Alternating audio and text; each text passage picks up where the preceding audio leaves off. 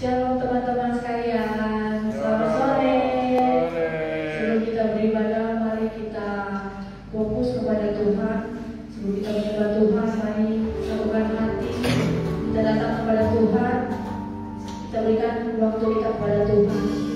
Kita berdoa, Tuhan selamat Tuhan Yesus buat sore hari ini, buat sore hari kita Tuhan sudah pada hari kita yang baik, yang kamu Tuhan datang kepada rumah Tuhan hari Bapa. Berkati Tuhan ibadah kami dalam pertengahan yang akhir. Biar Tuhan Yesus boleh jadi berkat bagi kami Tuhan. Berkati juga Tuhan membicarakan pada pagi ini Tuhan. Bila Tuhan Yesus Bapa kami serahkan Tuhan ibadah kami dalam tangan Tuhan. Haleluya, amin. Siap memuji Tuhan. Haleluya. Kita akan lagu pujian satu hal yang begitu.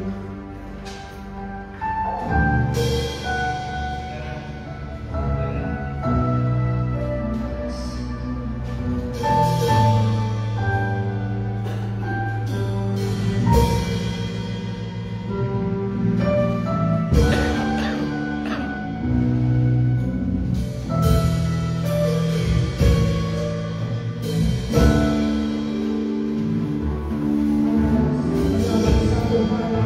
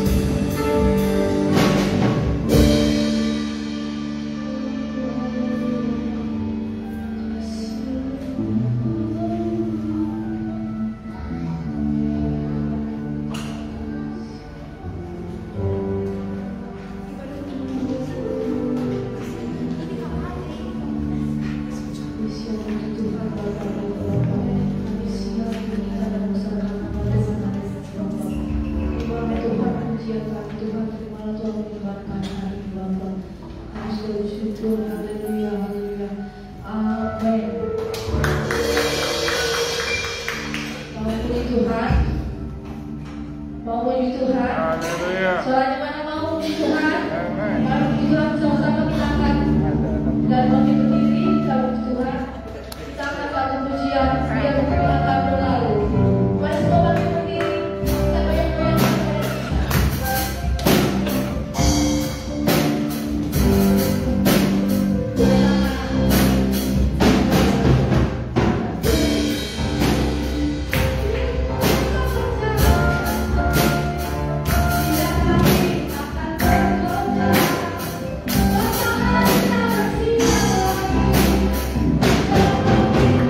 Yesus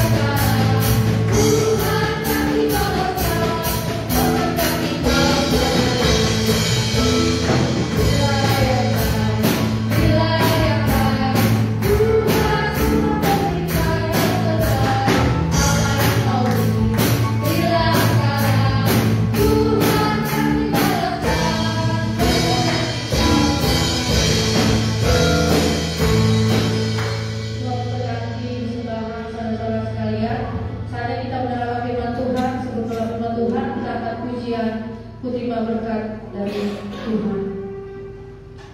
Kita satukan kita fokus pada Tuhan. Kita serahkan kebutuhan kita hari ini. Kita serahkan kehidupan kita kepada Tuhan.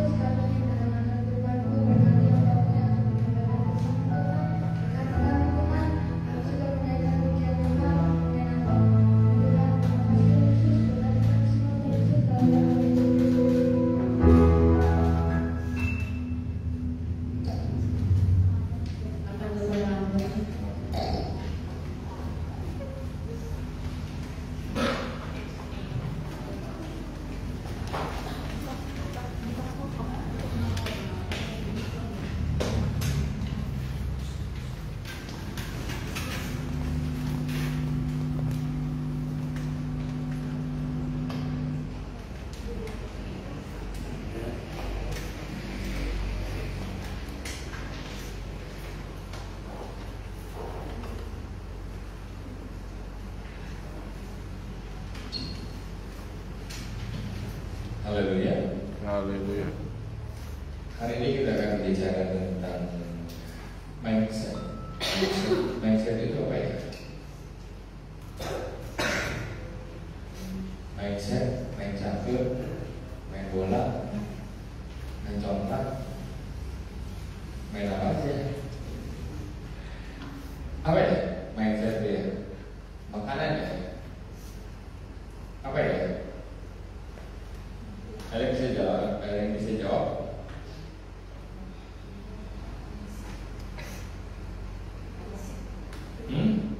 Prinsip, bukan prinsip, pemikiran, pola pikir. Paling tepat adalah pola pikir. Pikiran itu hasil, tapi pola yang dibentuk, pola yang terstruktur. Intinya adalah terstruktur atau diatur atau dibentuk. Inilah yang disebut. Kenapa ada pola di dalamnya, ada mindset, ada set di dalamnya, ada pola pikir. Emang perlu ya? Kenapa perlu? Karena dalam hidup kita punya tujuan. Kalau kita nggak punya mindset, kalau kita nggak punya pola pikir, kita udah kerja ini seberapa lama, seberapa tahun, umur kita udah 30, udah 40, nggak taunya tujuannya nggak nyampe. Mending kalau sampai 40 masih hidup baru sadar, udah sampai tua kita nggak nyampe tujuan, nggak sampai targetnya Tuhan, nggak sampai kepada keinginannya Tuhan tuh nggak nyampe. Gitu. Jadi kenapa saya bawa tentang firman ini? Karena mumpung muda nih, mumpung kita muda, jangan kita terlena dalam keadaan dunia ini dan kita memulai sesuatu dengan bertahap. Kalau kita nggak punya pengetahuan tentang mindset, tentang tujuan Tuhan, tentang pencapaian kita, goal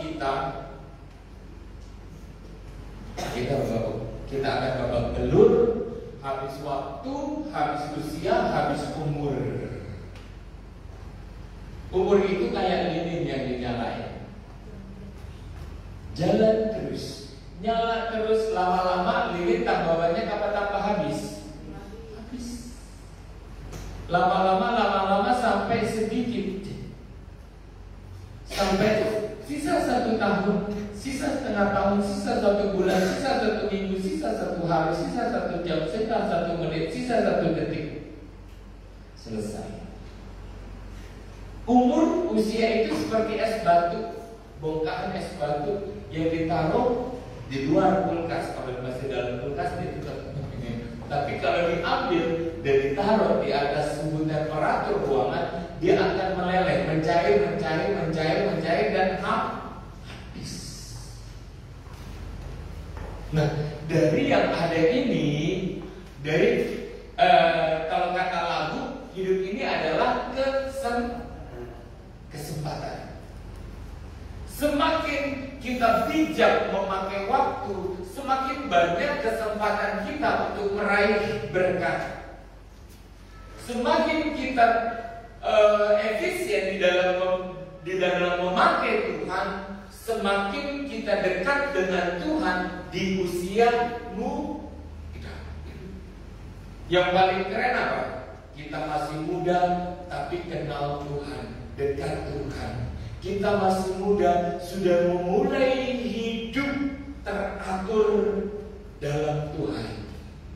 Sudah mengerti mana yang baik, mana yang gak baik, mana yang penting, mana yang gak penting. Sudah bisa menyusun sebuah prioritas hidup, sebuah prioritas yang akan kita kerjakan. Mana yang harus, mana yang nanti.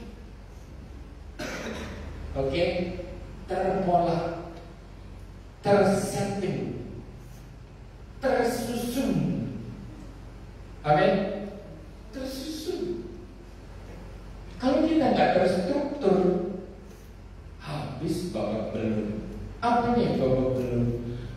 usia kesempatan itu dikelabui oleh si iblis sampai tahu-tahu di dalam usia yang sudah banyak kita belum merasakan apa-apa atau belum bisa mampu berbuat apa-apa untuk Tuhan.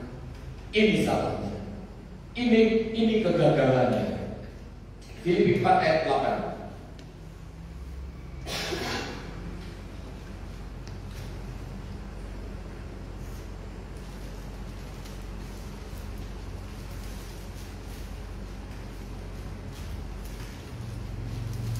Filipi 4 ayat 8.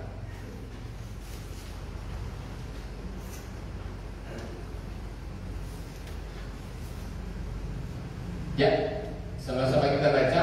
Yuk bangkit berdiri.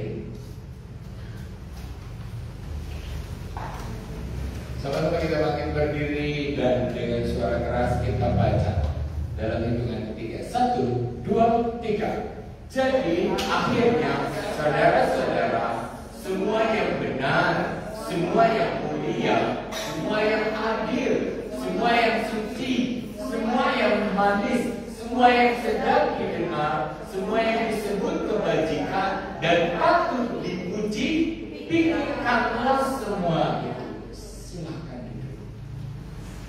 Semua yang benar, semua yang mulia. Kalau ada yang benar berarti ada yang nggak benar. Kalau ada yang mulia, ada yang nggak mulia. Ada yang priority, ada yang di bawahnya, ada emas, ada silver, ada perunggu. Semua itu terstruktur di dalam dunia ini. Mana yang prioritas?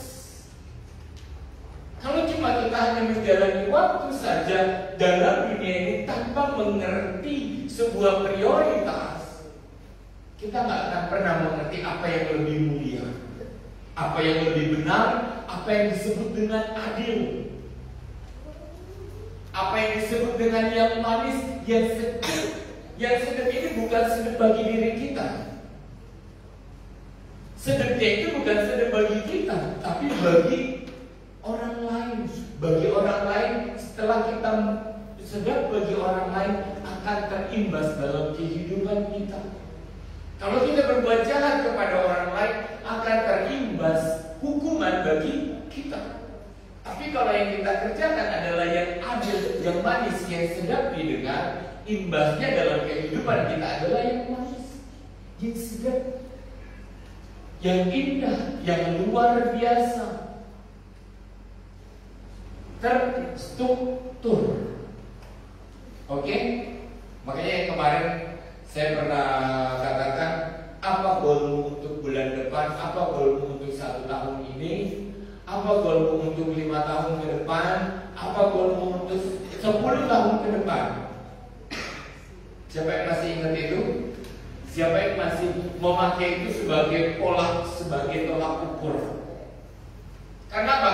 Untuk mencapai sesuatu tanpa terstruktur, tanpa kita pikirkan, tanpa kita pupuk, nggak akan tersusun, nggak akan jadi. Pohon pun kalau nggak kita tanam dan kita pupuk dan kita sirami, nggak akan tumbuh. Benar kan? Nggak akan tumbuh, nggak akan jadi apa-apa. Dia jatuh, terserah dia entah di lantai, entah di ubin. Kalau bukan kita lakukan dan kita sengaja ditanam di tanah, nggak akan tumbuh. Sama dengan akal dan pikiran kita. Kita mau taruh di mana nih? Dekat dengan Tuhan? Pemasmur bilang apa? Ditanam di dekat aliran-aliran sungai, di mana akarnya akan merambat dan menggapai aliran sungai itu. Apapun musimnya akan tersuplai. Karena apa? Dekat dengan aliran sungai. Apa aliran sungai? Apa itu air? Firman Tuhan. Siapa suka baca firman Tuhan?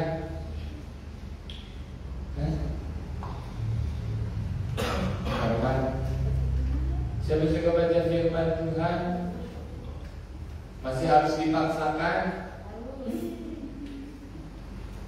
Rugi sendiri, pokoknya rugi, nggak dekat sama firman Tuhan, rugi. Kita akan dibodoh-bodohi oleh dunia ini. Dekat dengan firman tanpa disuruh, tanpa dipaksa, kita yang untung. Tahu banyak firman Tuhan, kita tahu cara memilih mana yang utama, yang menyenangkan hati Tuhan, yang tidak membuat kita hancur dan gagal.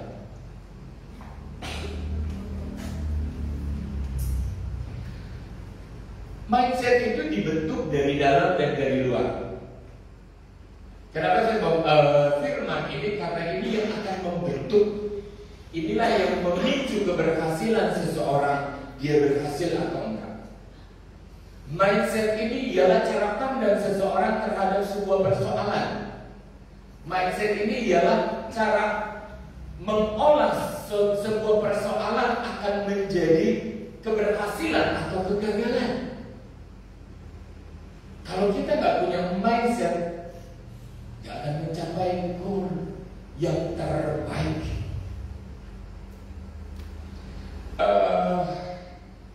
Pola pikir terbentuk secara internal dari dalam, dari proses hidup ini. Dengar baik-baik ya. Dari faktor genetik. Kita ada yang kalau Mama Elis bilang, saya memang keluarga saya gede-gede gitu. Jadi tolong saya dimaklum, saya ini akan besar. Ini juga begitu. Kami ini keturunan besar-besar. Jadi itu faktor genetik, memang dari lahirnya. Memang genetik keluarganya ada yang kayak kakak Aca, jambung tinggi, besar, bongsor. Itu faktor genetik. Dari faktor keturunan itu ikut membentuk. Ada faktor umur. Kenapa saya bawa umur? Dalam usia anak-anak, firman Tuhan katakan orang akan berpikir seperti anak-anak. Setelah dia beranjak remaja, dia akan berpikir remaja, dewasa, dan akan berpikir dewasa. Tetapi jangan sampai sudah dewasa tetapi masih punya pola pikir anak-anak. Firman Tuhan katakan, waktu muda aku mengikat pinggangmu sendiri, tapi ketika tua saya harus dibantu orang. Waktu muda saya bisa menentukan kemana aku harus berjalan, tapi setelah tua saya dituntun. Faktor umur. Oke, jadi kedewasaan itu ikut menyumbang. Jadi kalau kita dari umur anak-anak kita masih juga dalam keadaan ini, kita asik dengan keadaan kita, nggak penting dengan tujuan, nggak penting dengan panggilan Tuhan, nggak penting dengan goalnya Tuhan, nggak penting tentang tingkat kedewasaan kita. Ya udah. Banyak orang yang sudah dewasa tapi berpikir anak. Oke, mulai menyusul. Sudah di mana kita pikir umur kita berapa dan pantaskah kita dipanggil sesuai dengan umur kita? Karena apa? Kita diberikan waktu, kita diberikan umur, kita diberikan ukuran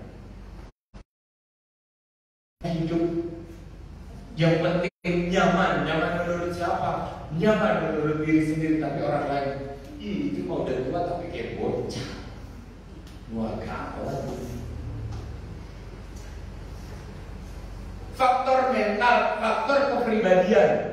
Sikap mentalnya semua ikut berpengaruh kepada sikap mindset ini. Jadi makanya dikatakan semua itu harus dipilah dan dibentuk. Mana yang boleh masuk, mana yang nggak usah masuk dalam diri. Oke? Kenapa ya waktu lalu saya katakan saya menonton sinetron dulu. Saya nonton berjam-jam. Saya menonton film serial, seri 1, 2, 3. Kalau nggak sampai ujung tuh nggak enak. Padahal apa? Siasat untuk mencuri waktu, merenggut waktu, waktu yang begitu banyak, kasih karunia yang Tuhan berikan hanya kita pakai cuma untuk nonton film. Sayang banget.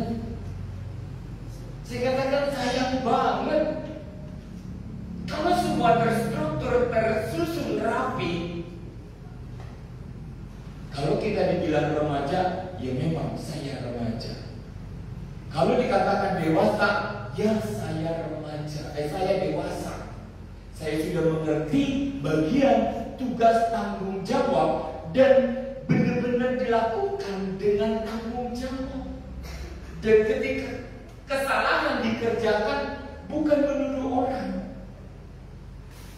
Ketidaksiapan orang untuk dewasa itu akan sangat terlihat. Ketika sebuah kesalahan datang, dia tidak menyalahkan dirinya, tapi malah menyalahkan apa?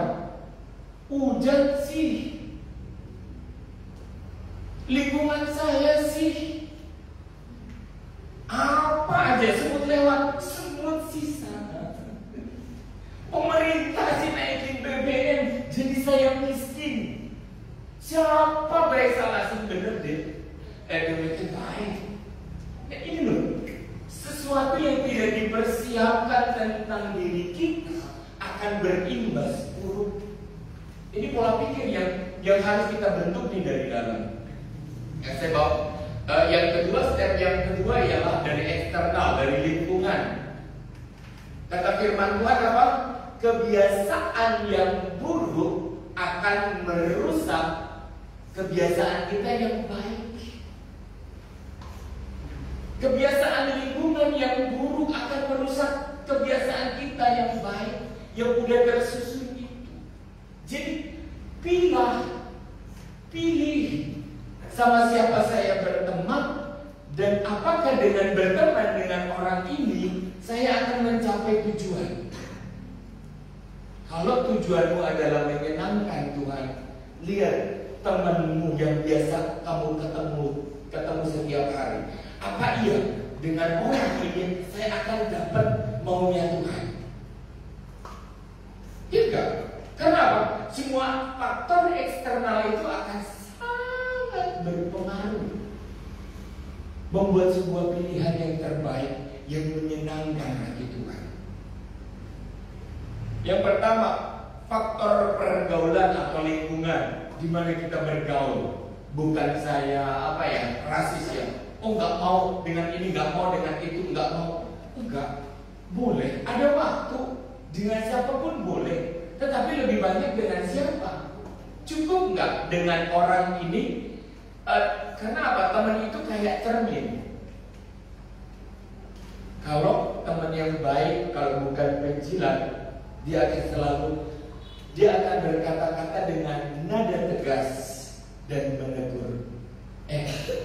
Di mata lu ada belek. Iya tak? Langsung picek-picek. Iya gak? Tahu gak? Lipstikku belepotan. Iya tak? Langsung ngacak. Iya, makasih ya udah kasih tahu.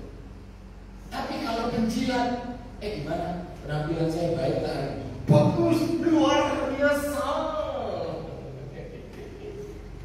Yang penting menyenangkan. Entah itu baik atau menjerumuskan. Yang penting kepribadian teman ini, yang penting teman saya senang. Itu gak baik. Itu faktor yang akan ikut merubah, membentuk kita. Jadi memilah yang terbaik untuk menjadi sahabat kita untuk mendapatkan tujuan Tuhan, untuk mendapatkan tujuan kita. Yang kedua, faktor didikan di rumah atau di sekolah atau di gereja.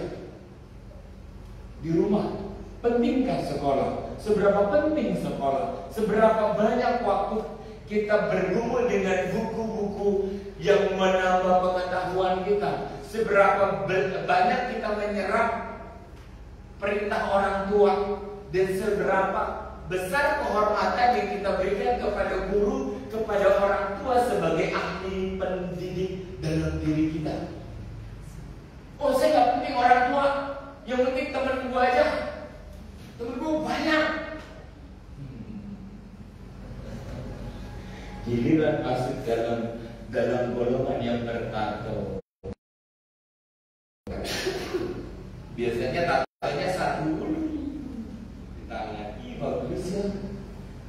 Karena dalam lingkungan orang bertato, orang pang, orang-orang yang seperti itu dari satu ibu bagus ya. Kalau kiri ditato kayaknya kanan kudu deh. Kasih lagi. Wih, kerennya gundang. Tergantung pergaulan. Tergantung siapa temennya. Benar apa benar? Benar. Tapi kalau kita bergaul dengan orang yang terdidik, orang yang biasa baca buku, dari buku satu akan berlomba kepada buku dua, dari pengetahuan yang satu akan berlomba kepada pengetahuan dua, dan itu terus. Kalau bergaul dengan orang yang rohani, orang yang dekat dengan Tuhan, kita akan dibawa duduk sama-sama dalam persoalan. Yuk kita berdoa. Benar kan? Tapi kalau bergaul dengan pemabuk, wah gue dalam masalah nih bro, solusi lu apa? Gampang. Kita telepon, kita beli tuang, kita beli cium, kita tendang. Kayaknya kurang keras bro, tambahin autan.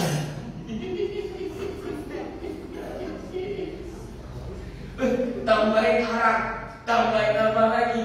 Bunuh diri namanya. Ya enggak, tergantung siapa temannya. Itu yang akan membentuk pola pikir kita jadi atau enggak. Faktor didikan, faktor sekolah, faktor firman Tuhan, faktor pengajaran. Apakah duduk di tempat ini di jam ibadah pemuda remaja menjadi prioritas? Amin. Butuh nggak kita firman? Seberapa besar kita butuh firman? Kalau kita dekat dengan firman Tuhan, kita tahu mana yang kudus. Halo? Kalau kita dekat dengan firman Tuhan, kita tahu mana yang kudus. Bukan sekarang hasilnya, nanti. Setelah pada lulus sekolah, diterima kerja, ada tawaran yang baik, ada tawaran yang tidak baik. Kalau yang dekat dengan firman, kita akan memilih, walaupun saya diterima kerja telat gak apa-apa, tetapi saya tahu itu yang terbaik dari Tuhan. Tapi kalau kita gegabah, gak apa-apa deh, kerjaan apa juga gak apa-apa, yang penting saya dapat uang. Saya mau buru-buru keluar dari rumah, saya gak mau lagi diatur. Apa gitu? Banyak kan yang seperti itu. Buru-buru keluar daripada rumah, buru-buru keluar dari didikan orang tua. Untuk apa? Kebebasan, freedom. Saya mau jadi orang merdeka, saya mau bebas atur hidup saya. Kenapa mindsetnya hancur? Tidak terstruktur. Kepengennya buru-buru bebas. Gak mau dididik, gak mau diajar, gak mau ditegur. Kalaupun gak berhasil di sekolah, dengan keadaan yang seperti itu, di tempat kerjaan, ditegur sama atasan, langsung ngambek, resign. Kemarin pegawai saya langsung resign, ditegur sama oknumnya Moses. Kamu datang tanggal 9, kalau pulang kau harus jam 5, katanya. Harus jam 5 pas, nggak mau bergeser pun. Langsung jabat kaki. Ya ibu negor saya, katanya. Saya nggak usah kerja juga makan, katanya gitu. Dia langsung ambil jaket lagi, dia naik motor, dia pulang. Ya ampun.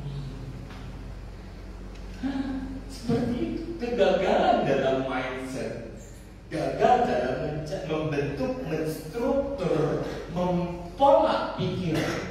Hanya egois yang akan merdeka di dalam dirinya dan membawa kehidupannya menjadi pemberontak.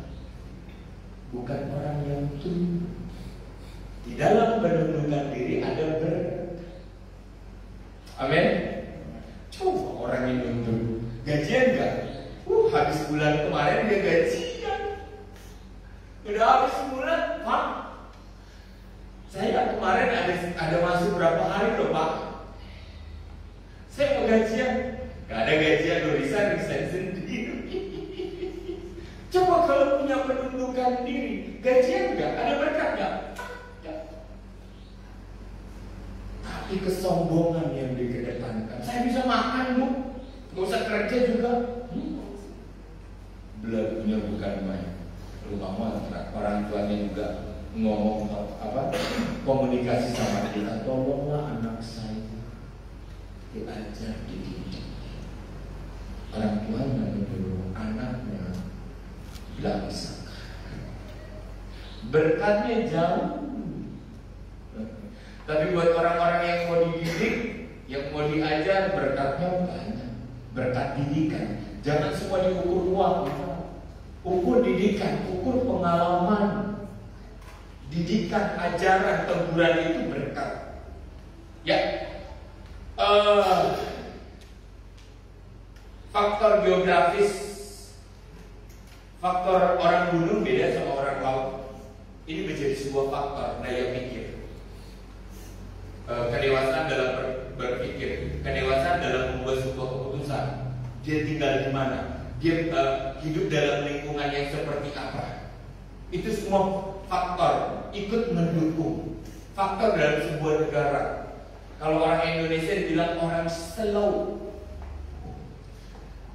Orang Indonesia bilang orang slow. Kalau kata Gus Dur, kalau otak Indonesia, orang Indonesia dijual paling mahal. Kenapa? Gak pernah dipakai.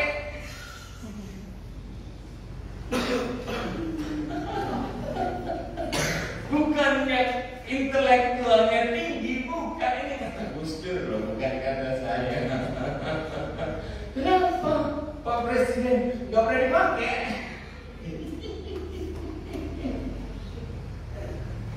Ini loh, disetting. Makanya cobalah pikirkan, kenapa kok di Indonesia sinetron laku gitu loh.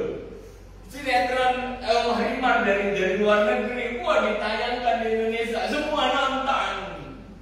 Tapi coba disodorkan buku, nggak mau. Disodorkan Alkitab, nggak mau. Disodorkan didikan, nggak mau. Jadinya orang-orang yang pintar, orang-orang yang intelek nggak mau pulang ke Indonesia. Dia lebih baik kerja di luar negeri karena gajinya dibayar sesuai dengan kemampuan. Saling menghargainya akhirnya hilang. Cobalah kita bentuk susunan yang baru yuk, anak-anak muda. Masa generasi yang dulu sudah seperti itu, sekarang kita masih seperti itu. Kapan negara ini maju? Jangan pikir usaha kami di tempat ini tidak berpengaruh kepada sebuah negara. Kalau di antara kalian bisa naik jadi menteri, berpengaruh nggak? Berpengaruh. Didikan di tempat ini akan berpengaruh dan menjadi sebuah keputusan-keputusan yang mensejahterakan sebuah negara. Kenapa dianggap rendah didikan di tempat ini? Kenapa dianggap rendah jam-jam ibadah di tempat ini? Kenapa dianggap rendah jam pemuda di tempat ini? Berpengaruh, berpengaruh. Kalau sampai kita aja dari yang ada di sini masuk jadi sebuah pimpinan dalam perusahaan, pengaruh nggak? Pengaruh. Hikmat kebenaran firman yang kita dapatkan di tempat ini akan menjadi sebuah keputusan-keputusan yang apa? Mensejahterakan. Amin. Amin juga. Amin. Amin. Mau jadi pemimpin kan? Haleluya. Kita kan mau jadi pemimpin. Jangan lihat keadaan. Saya bicara tentang mindset. Kalau dalam keadaan bicara tentang mindset pun kita masih lesu. Kita nggak pede dengan siapa kita tahun depan. Hello.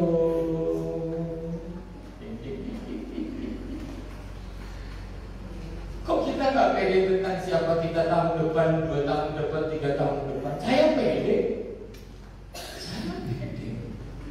5 tahun, 10 tahun saya sudah rancang saya jadi apa.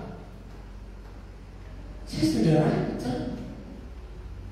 Jadi kenapa saya bisa berdiri dan dengan segala motivasi yang luar biasa, beban yang luar biasa, pencapaian yang luar biasa, keyakinan yang luar biasa? Karena saya tahu, saya sudah rancang. Apakah itu diiyakan oleh Tuhan apa enggak, itu walau. Tapi sudah tersetting, sudah terstruktur. Saya coba menstruktur, menyusun. Kata firman Tuhan, bangunlah kehidupanmu, kebenaranmu di atas kebenaran Yesus Kristus. Saya sudah bangun. Saya tahu firman. Saya lakukan. Saya bekerja. Saya lakukan. Saya mulai men-setting. Oke. Kita buka dalam 2 Korintus 10 ayat 3. Sebelum kita masuk dalam 2 jenis mindset. 2 Korintus 10 ayat 3.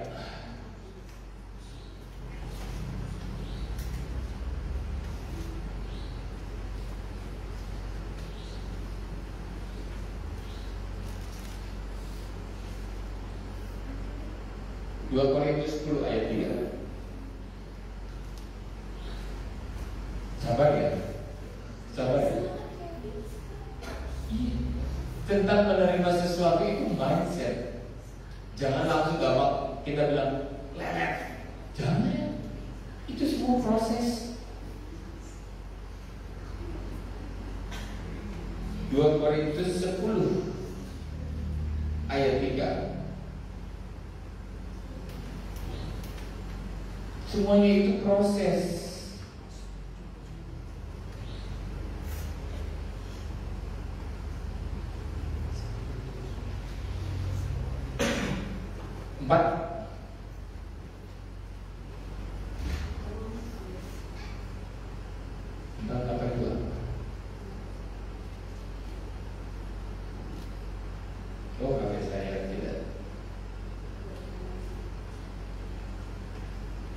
Coba yang kedua. Ini. Yang keempat tadi. Yang keempat. Senjata-senjata kami dalam perjuangan bukanlah senjata duniawi, melainkan senjata yang dilengkapi dengan apa? Dengan kuasa yang sanggup untuk meruntuhkan benteng-benteng. Kita ini punya kuasa firman. Dalam hidup orang percaya, kita ini kepala bukan ekor. Dalam kehidupan anak-anak Tuhan, kita ini raja. Kita ini imam. Kita ini bukan orang biasa, tetapi orang spesial. Dan kenapa ada firman tentang mindset yang saya bawakan? Karena keadaan dunia ini akan merenggut, mengambil sebuah keistimewaan itu dari hati dan pikiranmu dan menganggap engkau menjadi budak. Kamu yakin gak nanti kamu jadi direktur? Itu siasat iblis. Kamu tahu gak kamu berharga di mata Tuhan? Kenapa banyak orang bunuh diri? Karena di keistimewaan dirinya sudah direnggut oleh si iblis dan mendakwa dan berkata, kamu itu nggak berharga, kamu itu nggak punya nilai, kamu itu nggak patut dapat sesuatu yang baik, kamu itu. Sehingga ketika gagal, larinya mana? Bunuh diri.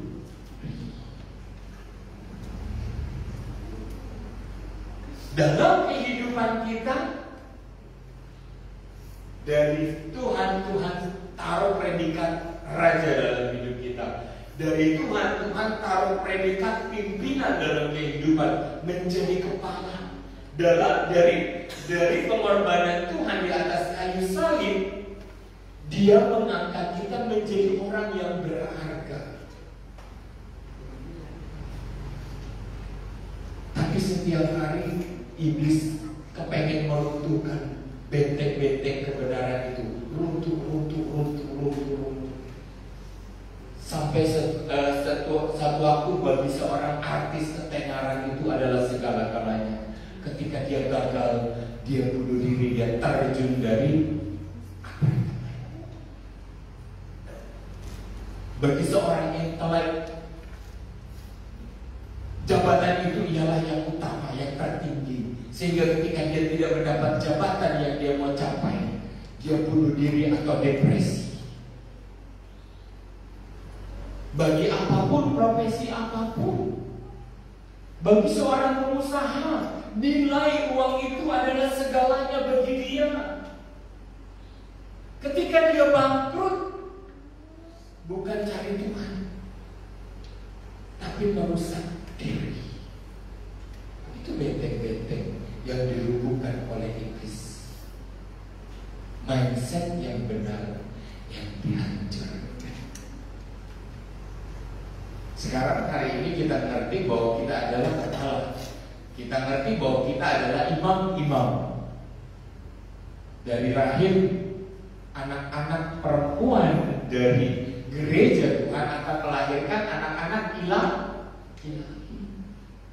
Akan melahirkan orang-orang benar. Berharga gak begitu para perempuan? Firman Tuhan di Alkitab gak suruh pada poligami. Gak ada. Beranak cucu, bertambah banyak, penuhi bumi, terima berkat, semua yang baik, semua yang luar biasa. Itu yang datang dari firman bagi orang-orang percaya. Gak ada yang merendahkan, tetapi mengangkat.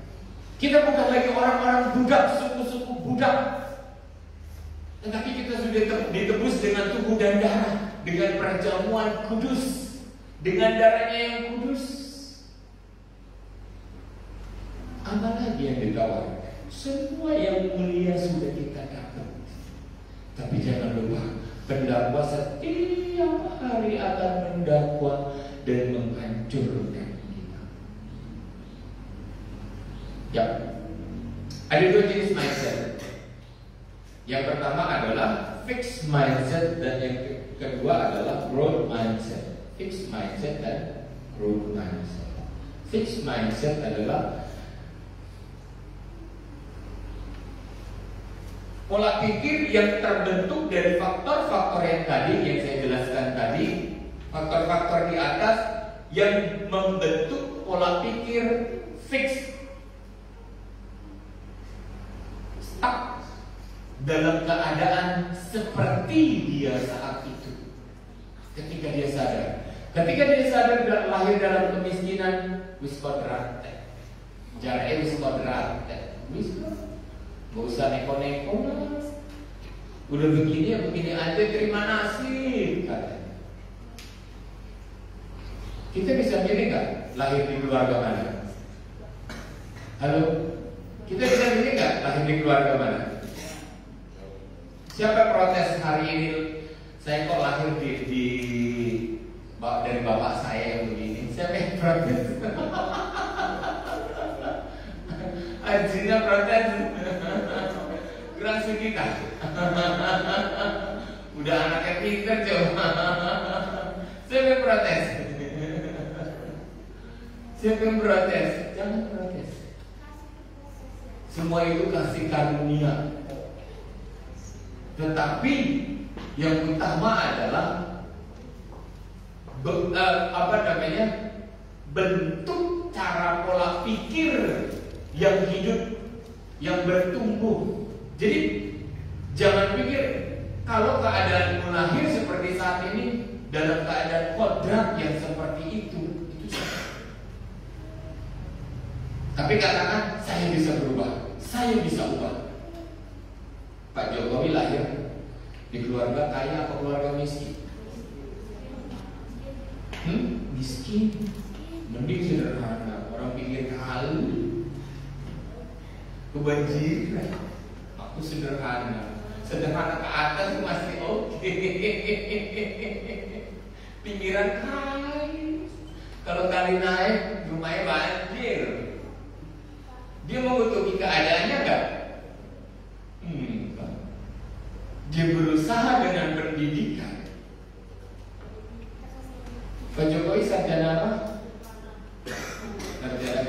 perhutanan. Kehutanan atau perhutanan? Perhutanan. Sarjana perhutanan. Bisa merubah Indonesia. Bisa merubah keluarganya dulu yang pertama. Bisa merubah dirinya dulu yang pertama. Bisa merubah keluarganya, membuka peluang baru ekspor impor dalam mebel. Bukan mengutuki dirinya, aku miskin keceprat, melarat keceprat kan? Artinya nggak bisa dirubah. Enggak, bisa dirubah. Iya kan? Bisa nggak dirubah? Bisa. Siapa yang bilang udah kodrat? Nggak ada kodrat. Kalau kodrat memang kita lahir dari sebuah keluarga yang sekarang, siapa yang bisa bersyukur dia yang akan dapat berkah. Tapi siapa yang mengutuki nggak ada berkah. Pintu tertutup. Tuhan Yesus lahir di mana? Di istana? Di kandang domba. Bisa nggak? Dia itu Tuhan loh. Bisa nggak dia pilih lahir di sebuah kerajaan? Dia Tuhan loh. Bisa nggak? Dia bisa. Dia bukan manusia biasa, tapi dia bisa memilih. Tapi dia memilih untuk lahir dalam kehinaan, untuk mengubah mindset kita. Boleh yang lahir dalam kemiskinan bangkit tangio. Woi, orang-orang yang dapat predikat bodoh, yang mendapat suka dibilang goblok, woi bangkit, bangun. Itu bukan kutukan, ubah. Apa yang bisa kamu ubah hari ini, ubah.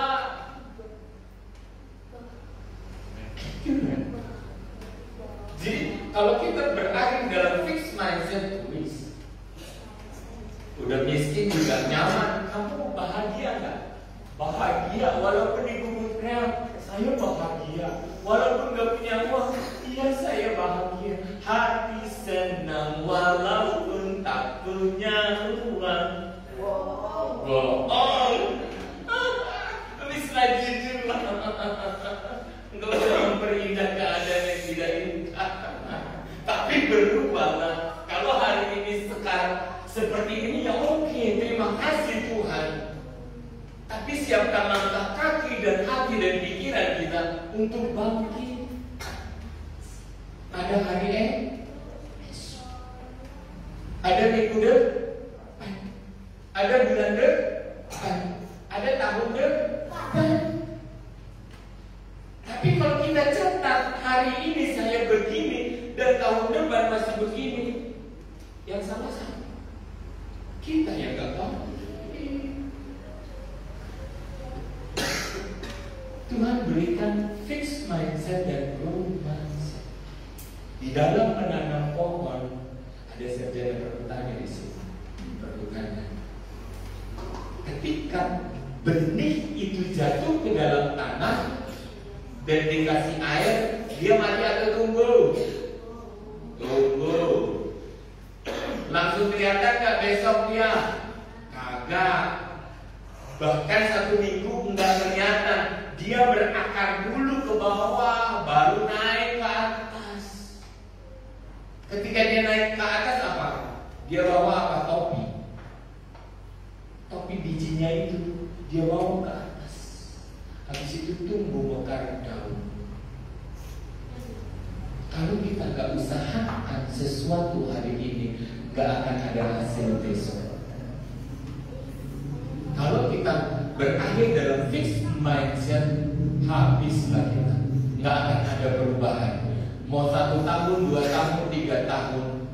Sing salah siapa? Pemerintah wislah.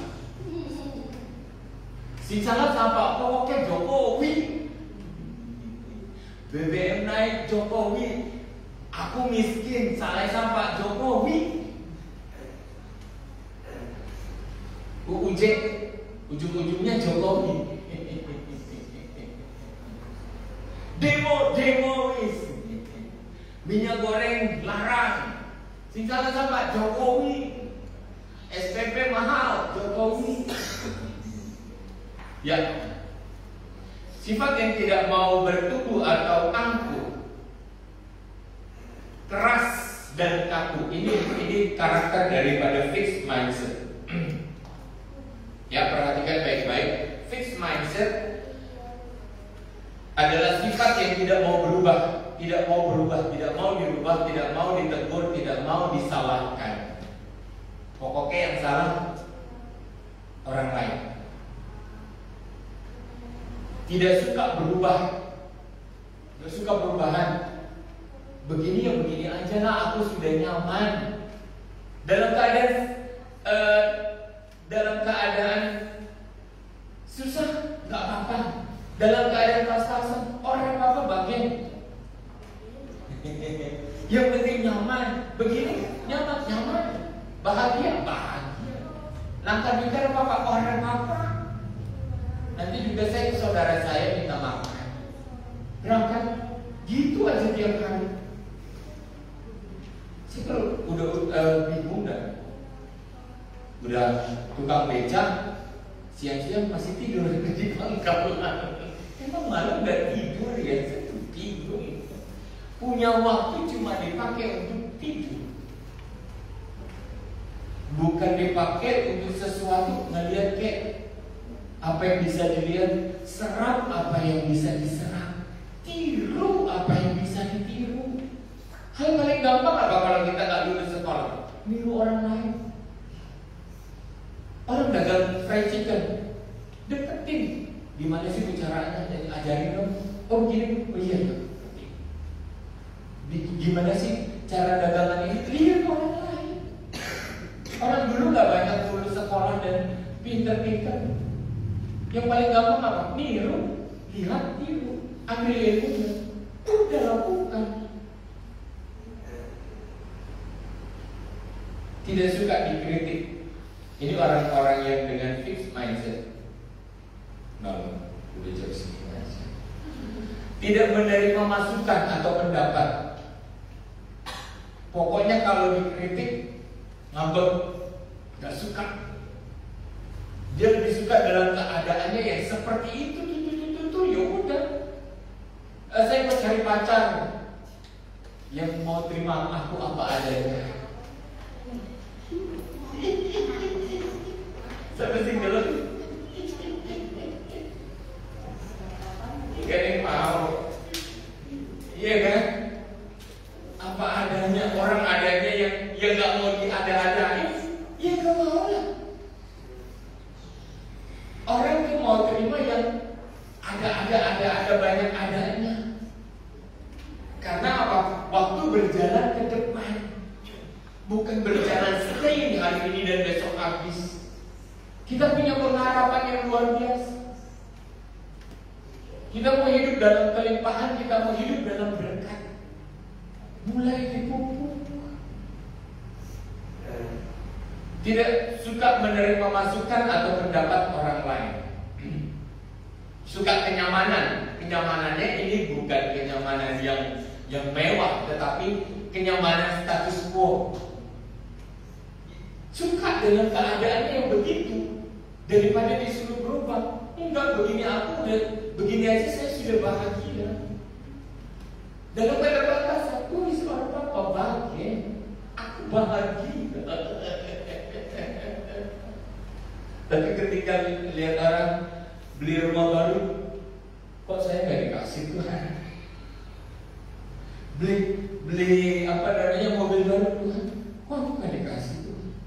Orang nerima keberhasilan, kok aku nggak dikasih Tuhan? Yang dituntut Tuhan. Ada waktu banyak nggak dipakai untuk berubah. Status quo, begini aja nggak apa-apa. Apa senang-senang. Nggak ada yang ditambah, pikiran nggak ditambah, talenta, tangan, kerajinan nggak ada yang ditambah, karakter nggak diubah, diprotes nggak bisa, dikritik nggak bisa. Ini karakter itu aset.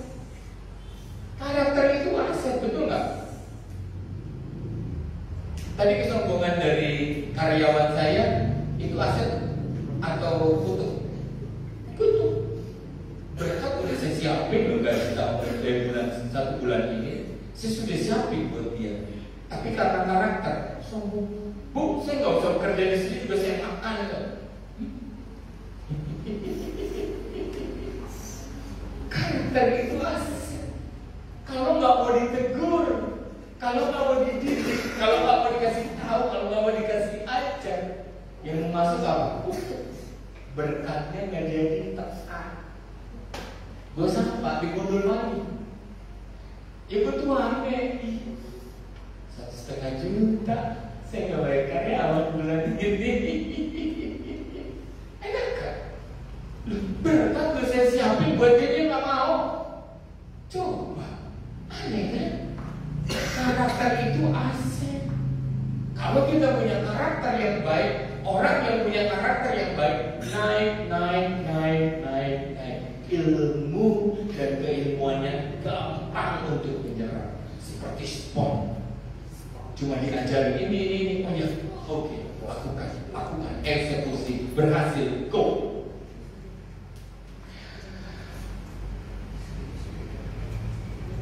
Apapun situasi dan kondisinya, yang salah adalah orang lain. Ini fixed mindset. Pokoknya yang salah orang lain, seperti yang saya jelaskan tadi. Tidak ada kepuasan selain daripada apa yang dia mau. Tidak ada kepuasan. Nggak sampai kepada keinginannya ya nggak puas. Padahal semua berproses. Orang lambat, ini sebagian nggak apa-apa. Orang dia juga mau belajar, dia juga mau berusaha. Segitu nggak apa-apa. Itu bernilai daripada tidak pernah belajar dan tidak pernah berusaha. Oke? Mulai menghargai orang tadi.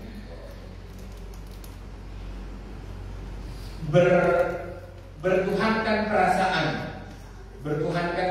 Orang yang fixed mindset ini sensitif kepada perasaan.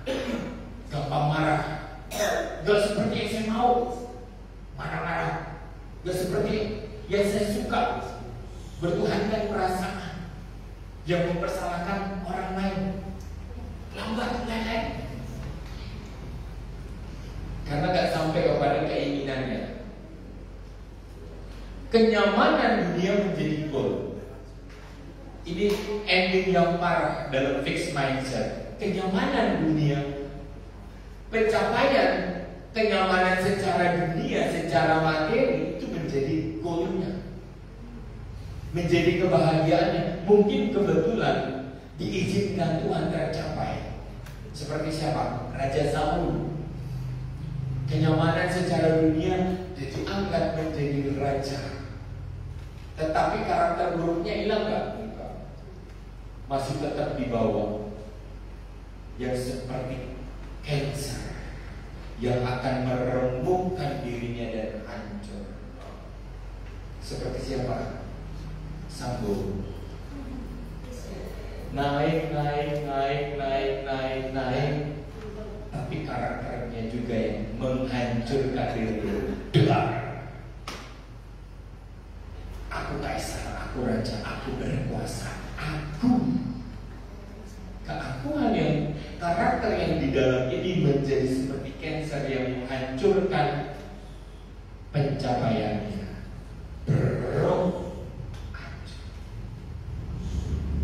Ya, kita masuk dalam kedua, growth mindset. Gak apa-apa ya, rada lama dikit, masih ada 5 menit. Growth mindset adalah pola pikir yang tidak banyak dipengaruhi oleh faktor-faktor eksternal, tidak banyak dipengaruhi, berpengaruh tetapi tidak meresap, tidak diambil, tidak diterima, tapi dipilah. Karena apa? Orang yang growth mindset ini selalu sampai kepada tujuan.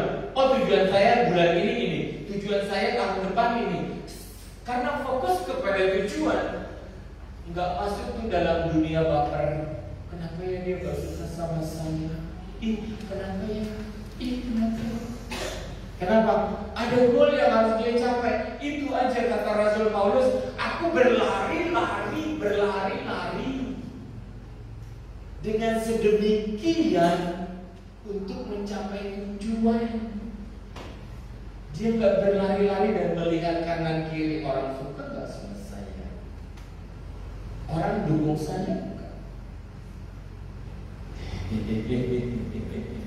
Karena tujuan. Gak banyak faktor eksternal mempengaruhi orang ini, tetapi tujuan untuk mendapatkan Tuhan yang menjadi tujuannya. Berjalan, berlari, terbang seperti Raja Wali, terus dan terus dan terus. Pernah dengar ilustrasi tentang Raja Wali yang dipatok burung gagak? Pernah dengar? Dipatok hanya burung gagak yang bisa nyantol di kepala seorang Raja Wali dan mematuki kepalanya. Apa dia balas? Enggak. Dia akan terbang semakin tinggi dan semakin tinggi sehingga si burung gagak nggak bisa bernapas. Kenapa? Gravitasi makin tinggi, oksigen makin rendah. Tapi Raja Wali semakin tinggi, dia memiliki kemampuan yang luar biasa daripada Tuhan. Karena dia adalah seorang Raja Wali. Dia naik dan naik sampai si burung gagak menyerah dan menjatuhkan diri. Apa dia fight? Apa dia berperang dengan si burung gagak? Jadi dia terbang tinggi mengatasi persoalannya, mengatasi tujuannya, bukan fokus kepada persoalan. Oke? Ya. Tetapi lebih cenderung dipengaruhi oleh faktor kepribadian yang selalu mau bertumbuh, kepribadian yang diolah, yang dibentuk, yang mau tersusun, mau menerima teguran, mau menerima firman Tuhan, mau menerima didikan, mau menerima ajaran. Karena karakter itu adalah aset. Katakan, karakter adalah aset.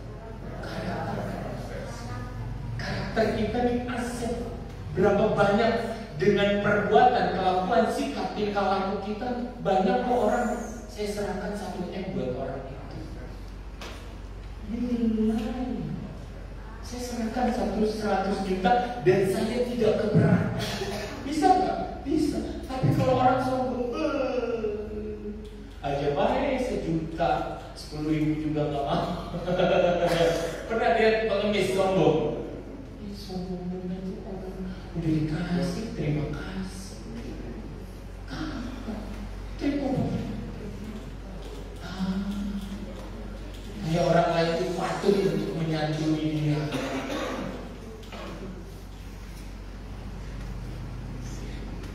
Kepribadian yang selalu mau bertumbuh dan berubah demi tujuan dirinya dan akan berpengaruh terhadap lingkungan. Seperti yang saya katakan tadi, keberhasilan kita berpengaruh kepada sebuah keluarga. Keberhasilan di dalam keluarga, keberhasilan di dalam memimpin perusahaan akan mempengaruhi sebuah perusahaan. Keberhasilan kita naik kepada sebuah wilayah negara akan berpengaruh kepada negara. Karakter itu aset, mindset itu aset. Kalau pilihannya sekarang nonton sinetron atau baca firman Tuhan, apa ya? Nonton sinetron atau firman Tuhan, apa ya? Ninjroya anak game, ada Netflix, ada drama, apa baik? Mau cari apa? Halo Google, cari tentang ini dong. Coba rekam jejak handphonenya, dicoba dilihat historinya. Ada nggak ketika kita cari firman, perbandingannya berapa? 0, makanya otak orang Indonesia mahal. Ya, growth mindset satu membawa perubahan kepada hal yang lebih baik. Yang kedua, Saya minta 5 menit ya selesaikan ini. Tidak kenal lelah. Orang yang growth mindset nggak kenal lelah. Kenapa? Sebelum tercapai tujuan, ayo aja terus. Seorang Thomas Alva Edison berapa kali gagal? Berapa kali gagal? Ribuan kali gagal. Apa dia lelah? Enggak. Sampai kepada sebuah tujuan. Dinikmati siapa? Kita manusia modern. Pemikiran satu orang, ilmuwan fisika yang mampu memecahkan sebuah persoalan dengan tekun, dengan growth akan maju kepada grid. Growth aja belum selesai. Grid itu ketakutan. Yang nggak akan pernah lelah. Menyadari bahwa yang ketiga, menyadari bahwa hidup ini hanya proses dan tahap demi tahap kehidupan. Hidup ini cuma proses. Jadi jangan marahin orang dengan keadaan sekarang. Tapi marahin orang tahun lalu misalnya itu begitu, sekarang masih begitu, marah. Tapi jangan marahin orang dengan keadaan yang sekarang. Optimislah bahwa semua akan berubah. Ya, udah sampai mana pianonya? Ketawa dia. Bapak datang. Ini puji Tuhan sudah pegang laptop, lo ambil sebuah tindakan. Mana yang lain? Gereja ini terbuka kepada talenta kalian dalam kondisi apapun, dalam bidang apapun. Ayo mulai yuk mulai yuk. Jarang gereja yang bisa memberikan kebebasan. Kalau ada yang kasih itu, ayo cuma bilang ajari ya. Jangan marah ya kalau saya salah, kan enak kan? Di situ kita bertumbuh, di situ kita bertambah. Nanti saudara, banyak loh yang keluar dari sini. Mereka yang setelah dari sini mereka di kota dan terbiasa dengan kehidupan gereja, terbiasa dengan tektok dengan orang lain, berorganisasi, bagaimana berkomunikasi. Kalau nggak dimulai dari sekarang, mumpung di sini. Kalau yang kecil aja, ruang lingkup aja nggak bisa. Waduh, engkau kaget kalau pindah ke kota. Ngomongnya gimana ya? Orang itu terima nggak ya kalau aku salah? Nanti mau daripada dimarahin bisa mending di jangan rajin-rajin gereja, akhirnya hilang dari hadapan Tuhan. Nggak ada yang seperti itu ya. Mulai. Makanya apapun acara pujian, acara penyembahan, sumbang lagu dari pemuda, bikin yang terbaik. Oh saya mau begini om, digitari om, nadanya begini om, ini om, ayo. Betul. Semuanya itu indah, semuanya itu bagus. 4. Kenyamanan dalam kondisi apapun bukan pencapaian akhir, tetapi sementara. Keadaan kita ini bukan pencapaian akhir, tapi sementara. Berpijak hari ini sementara. Gak usah marah, gak usah kecewa terhadap diri sendiri, karena ini masih sementara. Masih ada waktu ke depan kalau Tuhan izinkan. Tapi optimis, setiap hari optimis Tuhan kasih waktu. Saya tiap pagi bilang terima kasih Tuhan hari ini begini. Saya tahu puncak panggilan. Saya puas hari ini dengan keadaan saya, bukan berpuas dengan ini, karena ada ke depan puncak panggilan yang lebih besar dari ini. Bahkan kegagalan itu pun sebuah karunia, kegagalan. Saya bisa cerita ke orang-orang, ke siapapun. Saya pernah bangkrut, saya pernah rugi, saya pernah hancur, saya pernah. Dalam Tuhan, hidup adalah Kristus, mati adalah keuntungan. Apapun kejadianmu dalam Tuhan, sukacita. Karena kegagalan pun menjadi kesaksian. Amin. Kalau kita jatuh kayak anak kecil, jatuh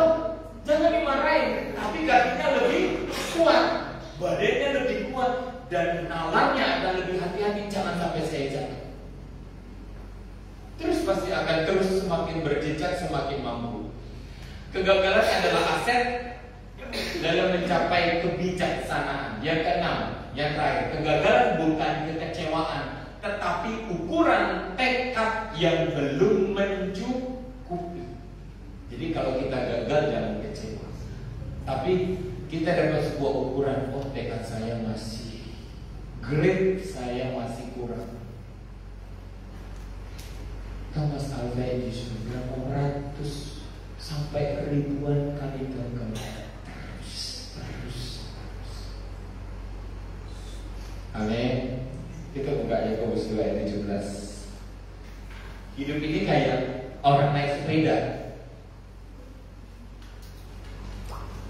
terus menggoes biar maju. Kalau kita berhenti ngegoes, maju nggak? Stuck dalam keadaan itu. Kita ketemu tahun depan dengan orang lain, udah bisa ini, udah bisa itu. Tapi kalau kita nggak ngegoes, kita berhenti di situ, nggak ada yang nampak. Yakobus 2 ayat 17. Iman tanpa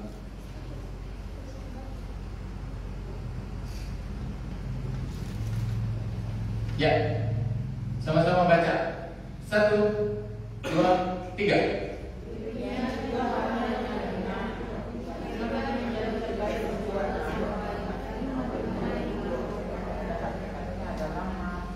Iman tanpa perbuatan hakikatnya adalah kalau kita nggak berubah, kalau kita nggak berstruktur, kita nggak nyusun, kita cuma bernapas doang. Sebenarnya di hadapan Tuhan kita mati.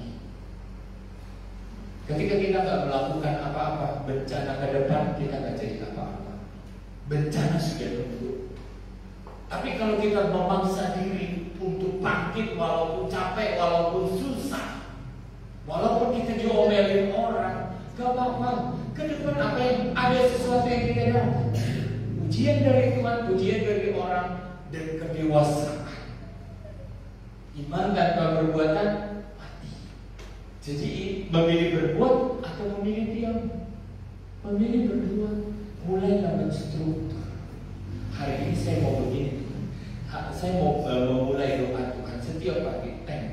Bikin aturan, bikin dekat dengan Tuhan. Saya mau mulai Tuhan satu hari satu pasal atau satu bacaan, satu ayat, ke apa-apa.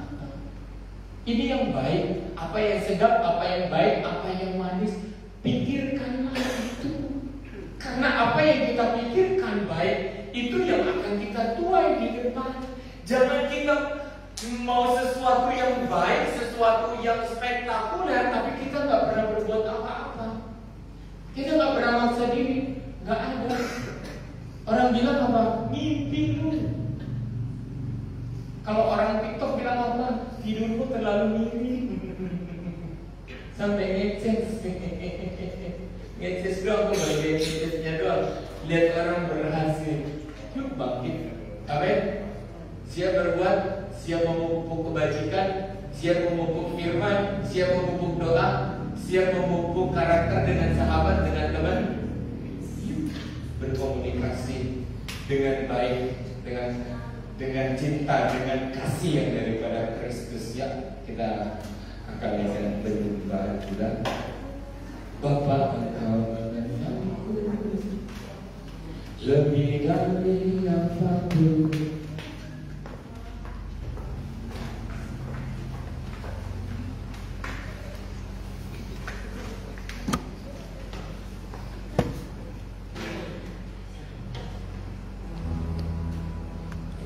Mari jamaah hatimu dan pikiranmu berubah, bertekad kepada Tuhan.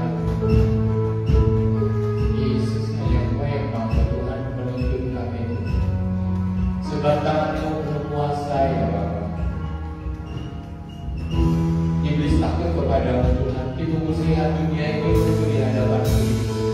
Tetapi ketulusan-Mu, kekudusan-Mu Tuhan Yesus yang akan menuntun kami kepada kebenaran.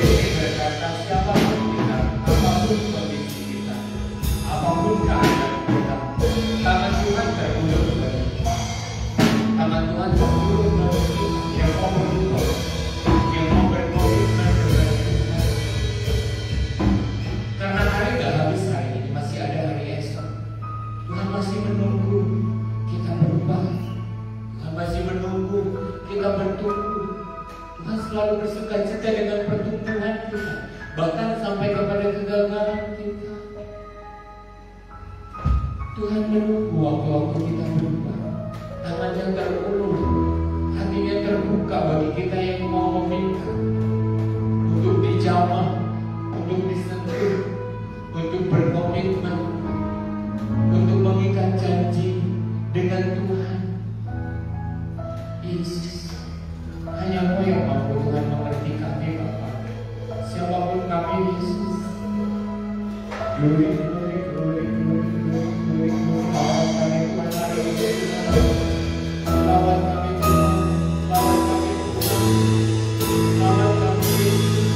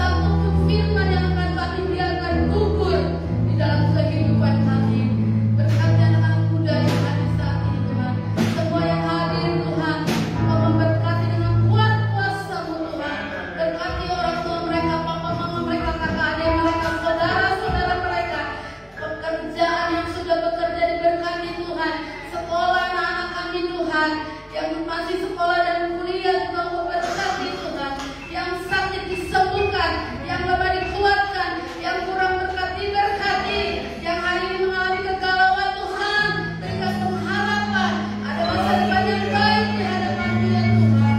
Ajar kami berdiam diri menantikan kebaikan Tuhan. Terima kasih Tuhan, berkati hamba-Mu yang sudah menyampaikan firman-Mu. Kelebihan itu luar biasa karena kasih Tuhan. Anak-anak muda sudah diberkati dengan firman-Mu, dan kita akan menerima berkat untuk kita kembali ke rumah kita masing-masing. Angkat hati, mengangkat tangan di hadapan Tuhan. Tuhan memberkati engkau dan melindungi engkau. Tuhan menyinari engkau dengan wajahnya dan memberi engkau kasih karunia. Tuhan mengharapkan wajahnya kepadamu dan memberi engkau damai sejahtera. Jemaat dari kasih Tuhan, pulanglah engkau dalam persekutuan dalam kasih Allah Bapa, Anak yang tunggal Tuhan Yesus Kristus dan Roh Kudus menyertai kita sampai Maranatha